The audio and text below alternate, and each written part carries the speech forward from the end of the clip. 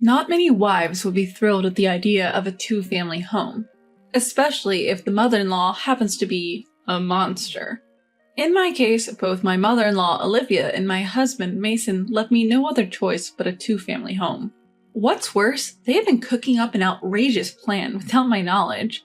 I'll crush that plan. Just watch. I'm Emily, a 35-year-old living in a reasonably bustling city. Mason, 38, works at a mid-sized company and we don't have children.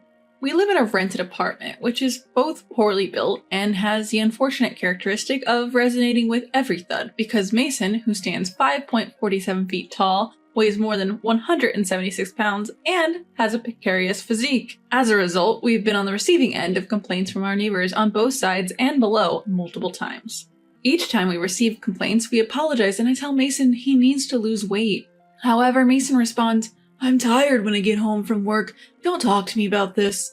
And he continues stomping around in anger, causing more noise. I've suggested to Mason more than once that we move into a well-soundproofed apartment building or rent a detached house, but he was never enthusiastic about the idea, citing convenient access to his office and his preference for being a 10-minute drive away from the city center. Then one evening, a slightly intimidating young man from downstairs came to complain loudly again. As I was bowing my head in apology, Mason, who was drunk, suddenly poked his head out of the living room and yelled at the young man, "You're the one who's being noisy!" As a result, Mason, who looked like he was used to fighting, was beaten up by the young man, and I was forced to deeply apologize. "Why are you apologizing? The fault lies with him, right?" After the man left, Mason kept yelling, but while I was treating his injuries, he sobered up and suddenly said, "Maybe we should leave this place." I seized this opportunity and started looking for alternatives the next day. Our primary desire was to purchase a detached house, but we both have student loan repayments from college, and it was a stretch to afford any property in an area that meets Mason's requirements. Even renting a house about 30 years old would cost over $100,000 a month, which was still a squeeze. While we were racking our brains, a call suddenly came from Olivia. "I heard from Mason. Leave that place with dangerous people right away." I was annoyed that Mason had shared unnecessary details with her. Olivia is a control freak and always sides with Mason more than me.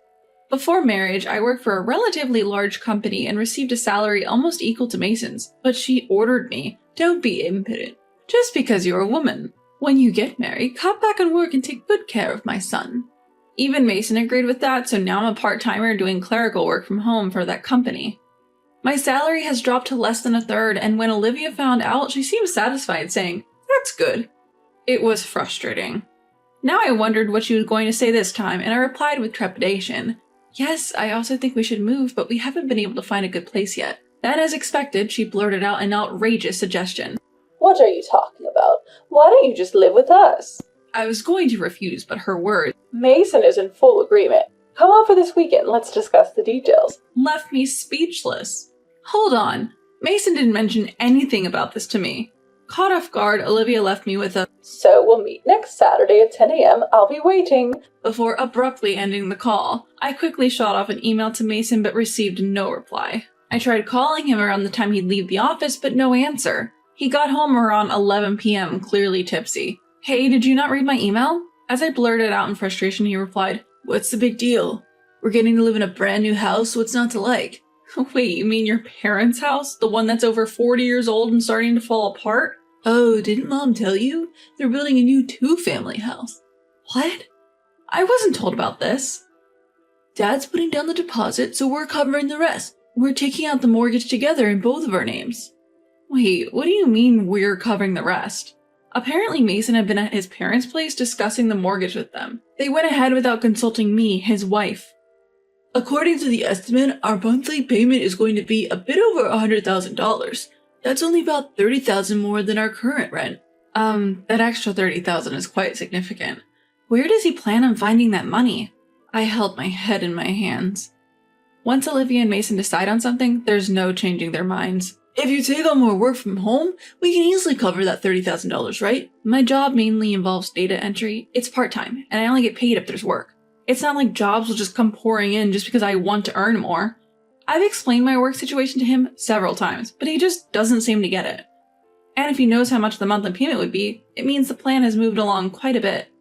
Even though he has been so opposed to moving, I find it strange that he suddenly wants to move back to his parents' place. The conflict with the man living downstairs is definitely a factor, but it bothers me that he agreed so easily to a plan where we have to cover most of the cost for a two-family home. I had a bad feeling about this, and I was scared to visit his parents over the weekend.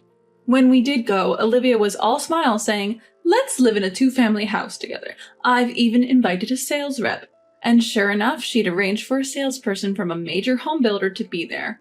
The man spread the blueprint in front of me and started explaining the 3 types of two-family houses. The separate type, where everything from the kitchen to the bathroom is duplicated.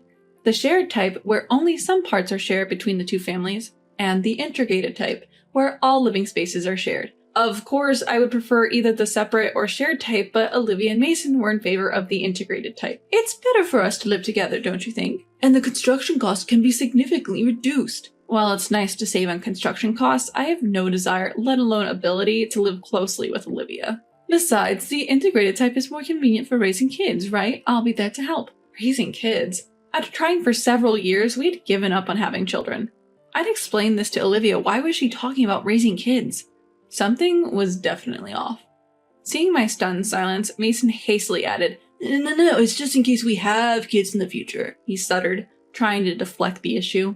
I can't deny the possibility, and living with in-laws can be convenient when raising kids, but before deciding whether to move into a multi-family home, there was a significant problem with this potential home. The mobile phone signal was terrible. Call drops, lots of static, it was a mess. The issue seemed to stem from the house being surrounded by tall buildings. Plus, there was an old rumor floating around about the harm mobile phone signals can cause to the human body. Despite knowing that today's phones are produced under stringent safety standards, Olivia stubbornly held on to that old wives' tale, refusing to do anything about improving the signal. But that was a problem. My work involves taking orders and questions via my mobile phone, often at the 11th hour, scrambling to meet deadlines. My mobile phone is company provided and they take care of the bills. One task could involve a call lasting nearly 30 minutes, so using a landline because of a poor mobile signal could add up in call charges. Unfortunately, neither Olivia nor Mason understood the gravity of the situation. They rarely used their mobile phones at home, so they couldn't see why it was a big deal. But I couldn't let this slide. Listen, if we move here, I can't do my job. If I can't work, we can't pay off our mortgage. I don't think we can live here after all. I pleaded to Mason. He sighed dismissively.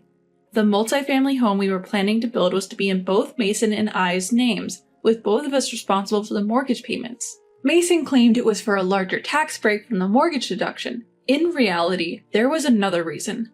I was taken aback that he'd made this decision without me, but if I didn't agree, we couldn't go through with it. Ignoring Mason's sigh, I stood my ground and managed to postpone the decision. I was secretly hoping the whole thing would be scrapped. Working in an area with poor mobile coverage was impossible, and I wanted to avoid living with Olivia at all costs. But against my wishes, Olivia and Mason continued planning. The in-laws' room would be a sunny second-floor one. They'd install an elevator, considering possible future needs for caregiving and wheelchair accessibility. The kitchen, bathroom, and toilet would all be on the first floor. Wait, an elevator? A quick search revealed a home elevator could cost between $3 to $4 million. Claiming the sunny second floor for themselves and placing the kitchen, toilet, and bath on the first floor meant they'd use the elevator multiple times a day, increasing her electricity bill and yearly maintenance costs. And I couldn't see the in-laws covering those costs. When I asked Mason about it, he said, "We'll use it too, so let's split the costs." Why does he always disregard my feelings? When I started giving Mason the cold shoulder, his already late return home became even later. At first, I assumed he was spending time at his parents' place, but a phone call revealed that wasn't the case. Olivia continued her daily ambushes at our home. "Why are you so against this? Are you determined to refuse to live with us?" "That's right. Once we have kids, they can help look after them." "I've told you numerous times, without a proper mobile signal, I can't work, and there are other issues too." I was determined not to lose. I resisted Olivia and Mason's persistent pushing. Suddenly, Olivia went to the kitchen, returned with a bowl full of water, and my gut began to twist with dread. I watched her, sensing trouble. Marching straight into my room, she shouted, "Well, I'll show you," and flung the water over the computer I use for work. Then turning to me, still frozen in shock, she said, "Can't do your input job without a computer, right? Look for another job here. Just sign the contract already." Pushing Olivia aside, I rushed to my computer, but it was too late. It was completely dead. What has she done?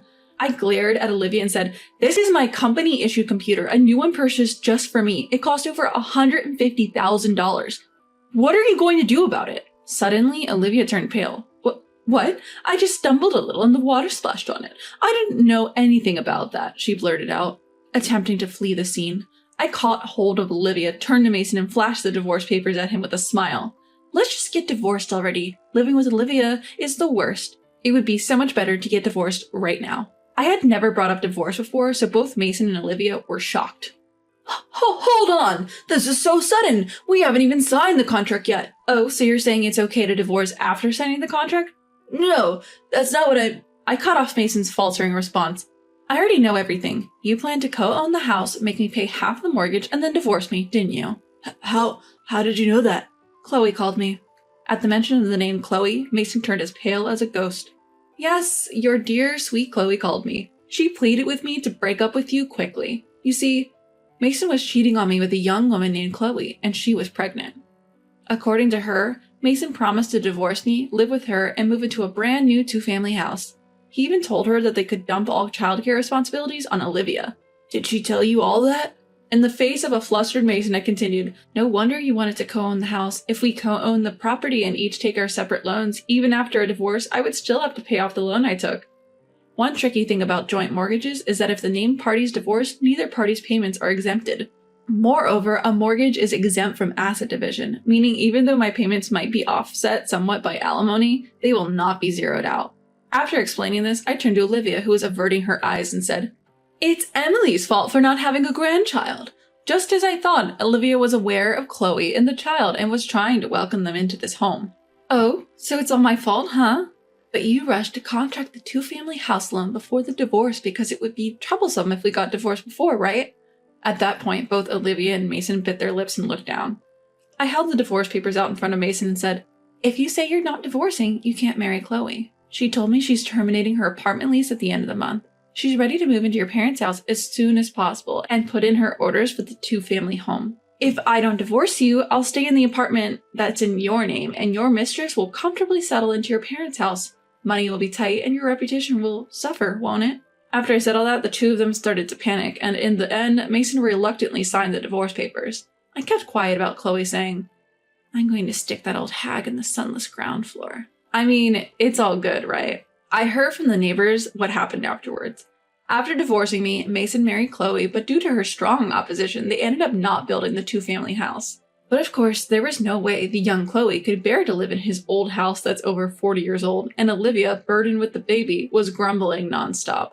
Every day saw a battle between Olivia and Chloe, and eventually Chloe took the child and left.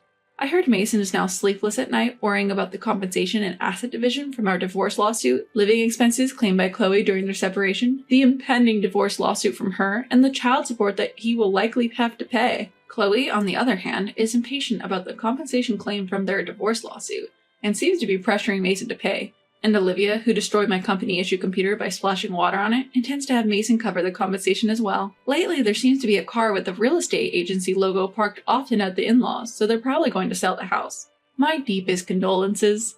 Right now, I'm temporarily returned to my parents' house, changed from part-time to full-time at work, and I'm working hard. I've recently become close to a male colleague who is divorced with a child, and we are gradually getting to know his child. I am dreaming of becoming a family of 3 someday.